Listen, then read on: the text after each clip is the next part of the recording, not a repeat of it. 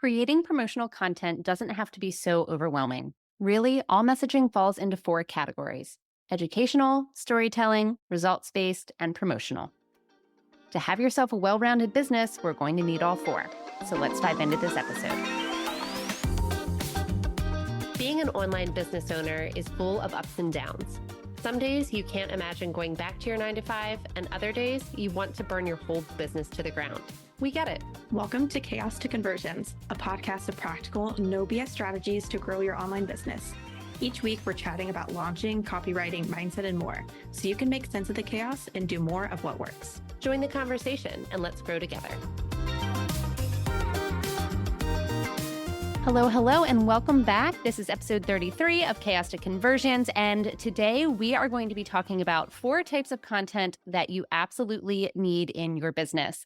So I'll be honest, if you are driving, listening to this, or you're not able to jot some notes down, I might put a pause and come, not to discourage you, but I might put a pause and come back another time because I am going to be giving away a lot of actionable strategies.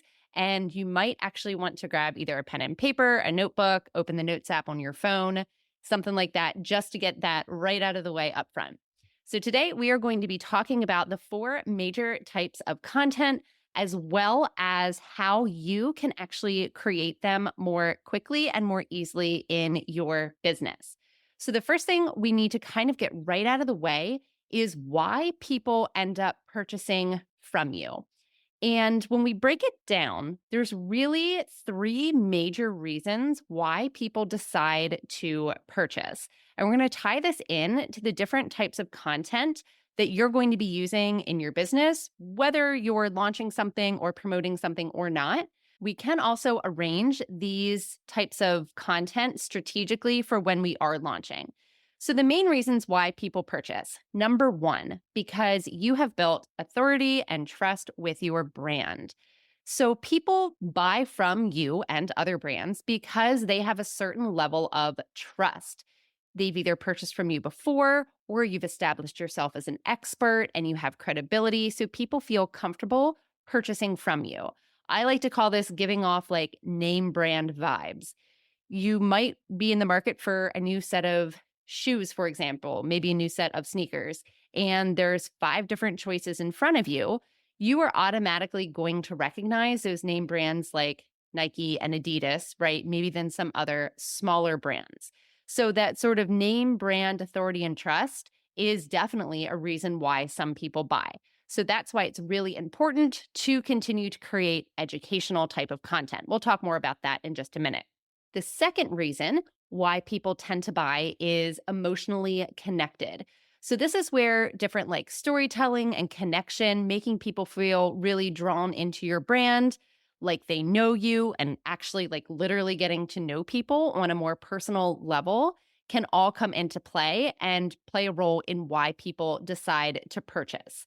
They want out of your product, your course, your digital product, the result that you have either had or that you've gotten for other people. So you're appealing to their emotional sense of wanting in, a non-dramatic way, like aspiring to be where you are now or like you, and your method or your product or your course is getting them there. So people will buy for emotional reasons, they will buy for authority and trust and that sort of name brand credibility.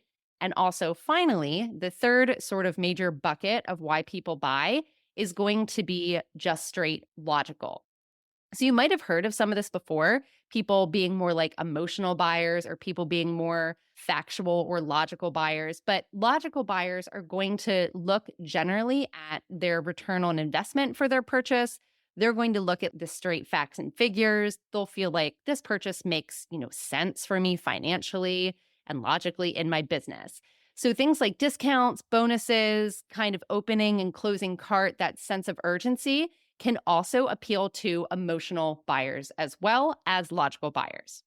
All right, so let's get into the actual type of content that is really good to have in your business. And when I say types of content, I am being purposefully very broad. So this can be applied to like emails, social media stories, reels, posts, podcast episodes, we're talking very broadly educational content. So, when we think about educational content, you should be thinking about content that you can create that will help to solve a problem for your audience. This would include things like how to do X, Y, and Z. So, how to plant tomatoes in your garden that don't get eaten by bugs. 3 mistakes people commonly make when launching their first digital product. I'm going to try and give examples as I go through these as well. Action steps. Do these next 3 things to 2 times the profits on your next launch. And then you would actually give action steps that people could take.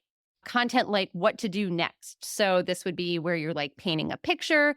You've created a course or you've launched a course once before and you're stuck on how to relaunch it the next time, giving you, again, maybe some action steps or the next move kind of steps as to what to do. So, thinking in educational content, it's all about getting them to take action on their own. What tips can you give your audience right now that they can take quick action on? And again, this is going to relate back to that group of people who are going to be buying mostly based on authority and trust. And I should have also said, maybe at the beginning of this, that oftentimes, people are all three. Sure, some people are more emotional buyers and logical buyers. But overall, this is why you need all types of this content. Generally, people are a balance or a mix of all three. They might lean heavy one way or another, but this is why it's important to include all 4 types of content in your content strategy.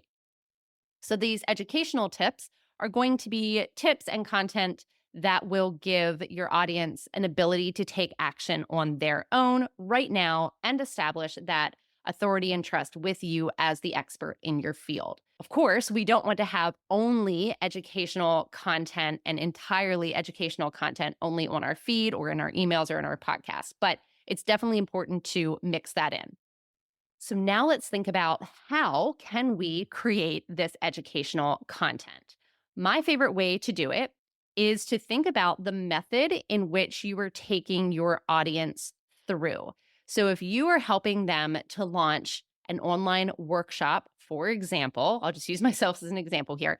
If you're thinking about helping your audience to launch a paid online workshop, you need to think about the method that you are taking people through. Another example could be if your audience is teacher-based and your course is helping people set up their classroom to minimize behavioral sort of issues during the year. Think about what you would do first, second, third, fourth, fifth. If you already have a course created, you can literally look inside of your course. I'm sure you have blogs or emails that are outlining this educational content, this process that you have. So write down what you would do to get people from point A to point Z to get them the transformation that your digital product or course or membership is giving them. And then the next thing that I want you to do and to think about is after you've got your A to Z method, you can make each of these things into a content piece. So going back to creating an online workshop, a paid online workshop, that my first step is conducting market research, for example. Then once you have your first step in your method, you can literally make each little piece of your method into a content piece and a content step.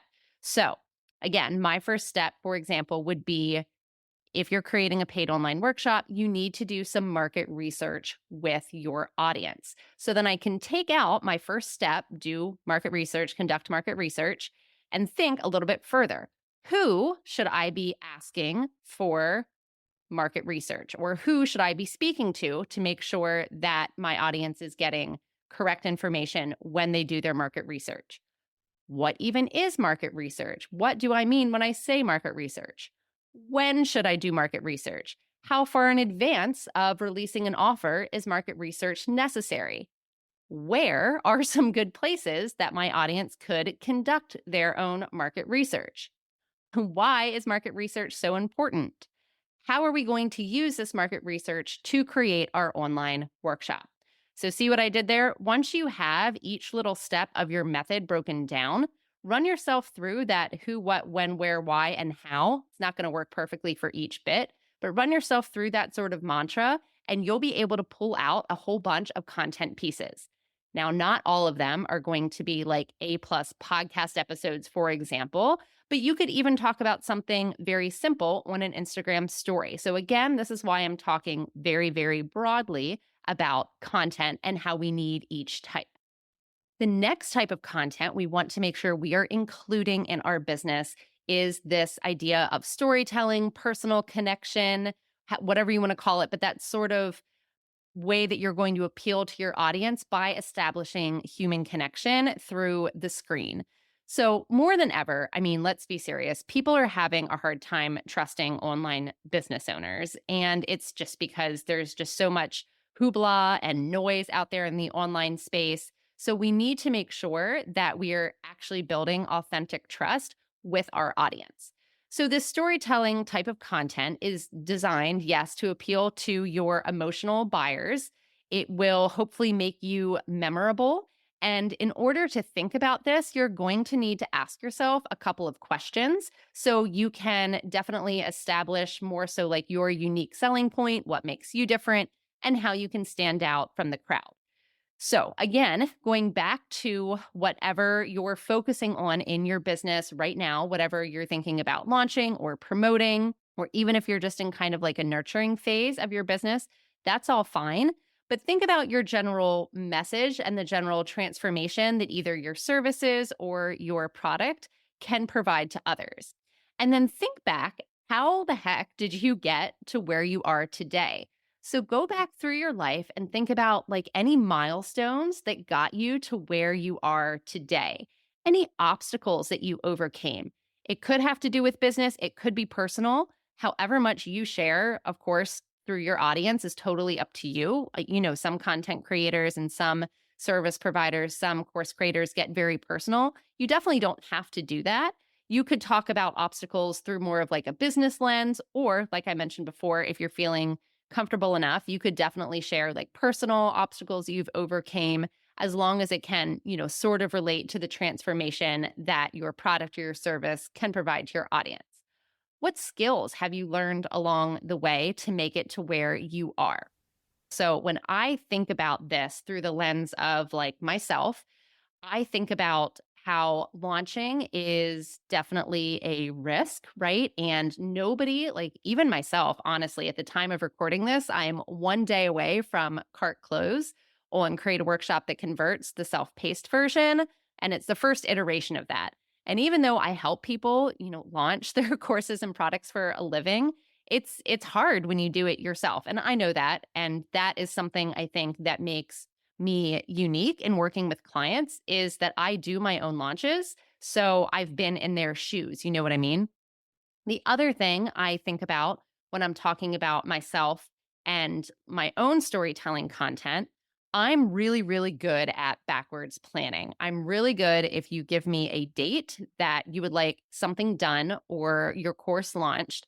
I can very quickly plan backwards and see all of the little pieces that you're going to need to hit and all of the little things that you'll need to do to get you where you want to be by the time you wanted your course to launch. I attribute that to me teaching advanced placement courses in high school for 12 years, as well as being a co chair of the student council organization, like as a teacher. So we planned homecoming dances, pep rallies. So I'm really good if given an end date and working backwards and making sure none of those little things get fallen through the cracks or forgotten. When you're putting on, a homecoming dance for 4,000 kids, you, you can mess up, but you really try to have all of your ducks in a row. So doing that for 10 of the 12 years that I was a teacher, I think gives me a really unique perspective in terms of planning. So these are the types of things that you can think about and that I want you to think about when you were trying to come up with your storytelling type of content in your business. Okay. The next type of content we want to make sure that we are including is that evidence-based content, results-based content, social proof content. It's called a lot of different things, but you know what I mean. So these are real results that you are going to be talking about. Now, these can be your actual results or your client's actual results. So this would be things like including screenshots of client conversations, get their permission, actual screenshots of your own sales, if you're comfortable with that, your client sales. Again, ask permission if they're comfortable with that, their actual results. So think of ways that you can prove yourself, but like with evidence to back it up. So you're not just talking, but provide the support, the evidence that you can prove yourself, even if it means you need to be your own evidence at the very beginning.